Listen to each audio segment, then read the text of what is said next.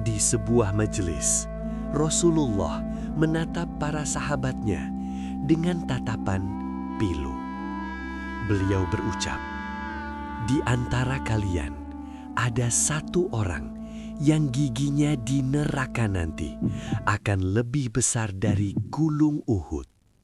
Semua orang gemetar, termasuk pria khusyuk di sudut ruangan itu. Namanya Ar-Rajjal bin Unfuwah. Ia bukan orang sembarangan. Ia penghafal Quran, utusan resmi Rasulullah, dan pria yang pernah menjanjikan surga bagi sukunya. Tapi siapa sangka pria yang sama inilah yang nantinya menyeret 40.000 orang murtad dalam satu malam. Bagaimana mungkin sujud yang panjang berakhir pada pengkhianatan yang tak termaafkan? Apa yang dilihat matanya hingga ia berani memalsukan wahyu Allah? Mari kita masuk ke lorong waktu, membedah kisah tragis sang pembawa fitnah, Ar-Rajjal bin Unfuwah.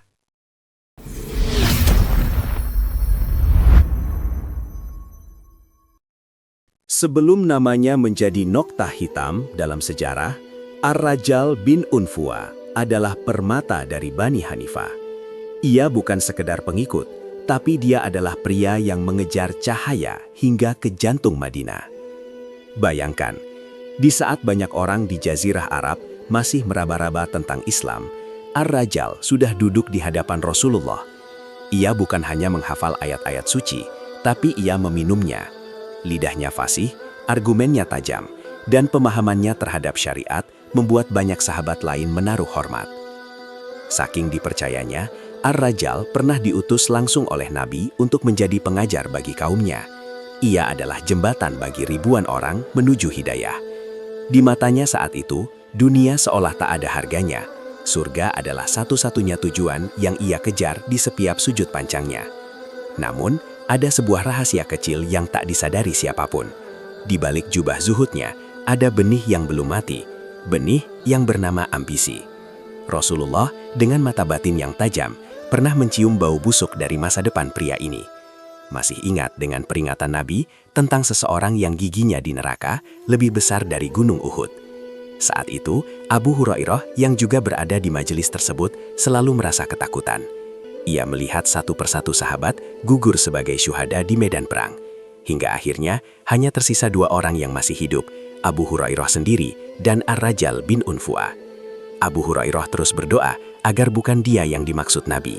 Dan benar saja, saat fitnah Musailamah Al-Kadzab mulai membakar tanah Yamamah, Ar-Rajjal dikirim ke sana untuk memadamkan api. Tapi bukannya membawa air, ia justru membawa minyak yang akan membakar seluruh imannya. Tahun ke-11 Hijriah, Madinah sedang berduka atas wafatnya Rasulullah. Sementara di belahan bumi lain, api fitnah mulai menyala. Ar-Rajjal bin Unfuwah tiba di Yamamah dengan satu misi suci, menyadarkan Musailamah Al-Kadzab dan pengikutnya kembali ke jalan Allah. Namun, saat gerbang istana Musailamah terbuka, yang menyambut Ar-Rajjal bukan hanya wajah sang nabi palsu, melainkan tumpukan harta yang menggunung, wangi parfum dari negeri jauh, dan tawaran kekuasaan yang tak pernah ia bayangkan di Madinah yang sederhana. Disinilah badai dimulai. Musailamah, sang manipulator ulung, tidak menyambut Ar-Rajjal dengan pedang, melainkan dengan sanjungan. Dunia ini luas, Ar-Rajjal. Mengapa kita harus berebut langit jika kita bisa membagi bumi? Iblis tidak datang dengan tanduk. Ia datang dengan logika yang menyesatkan. Ar-Rajjal mulai goyah. Ia melihat ribuan pengikut Musailamah yang fanatik. Di kepalanya muncul sebuah ide gila. Jika aku mendukung Musailamah, aku akan menjadi orang nomor 2 di negeri kaya ini. Dan akhirnya terjadilah pengkhianatan paling mengerikan dalam sejarah lisan manusia. Di depan 40.000 orang yang menanti bimbingannya, Ar-Rajjal menarik napas dalam-dalam. Lidah yang dulunya memuji Allah kini mengeluarkan racun.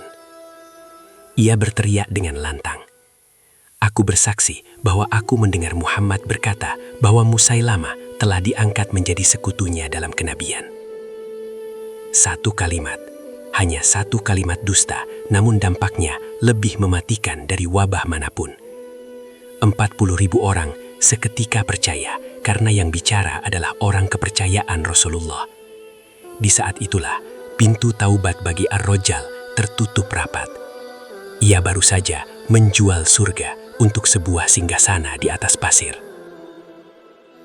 Kesaksian palsu Ar-Rajjal menjadi bensin yang membakar habis akal sehat kaumnya. 40.000 orang kini berdiri di belakang Musailamah, siap mati demi sebuah kebohongan. Inilah yang memicu pecahnya Perang Yamamah, perang paling berdarah di masa Khalifah Abu Bakar As-Siddiq. Para sahabat Nabi di Madinah gemetar mendengar berita itu.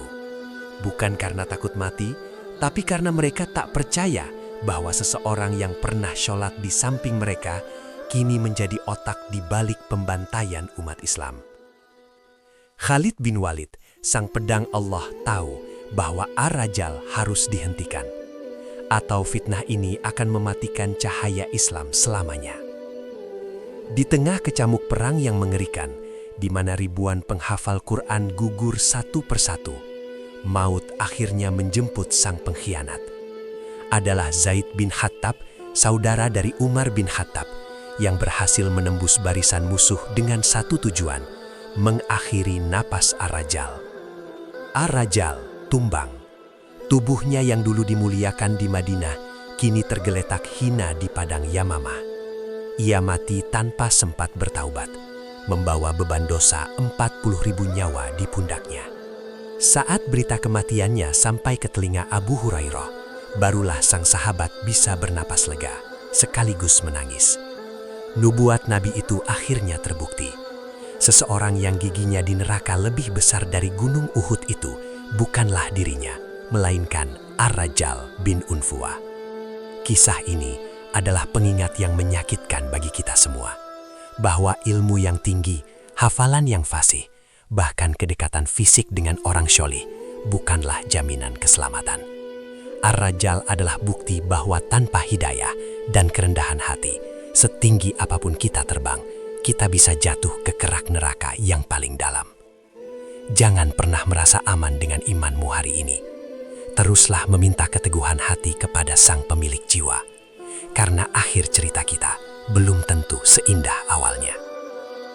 Sekarang, aku ingin dengar pendapat kalian. Apa pelajaran terbesar yang kamu dapat dari jatuhnya Ar-Rajjal ini? Dan menurut kalian, apa yang paling sering membuat orang menjual imannya di zaman modern sekarang?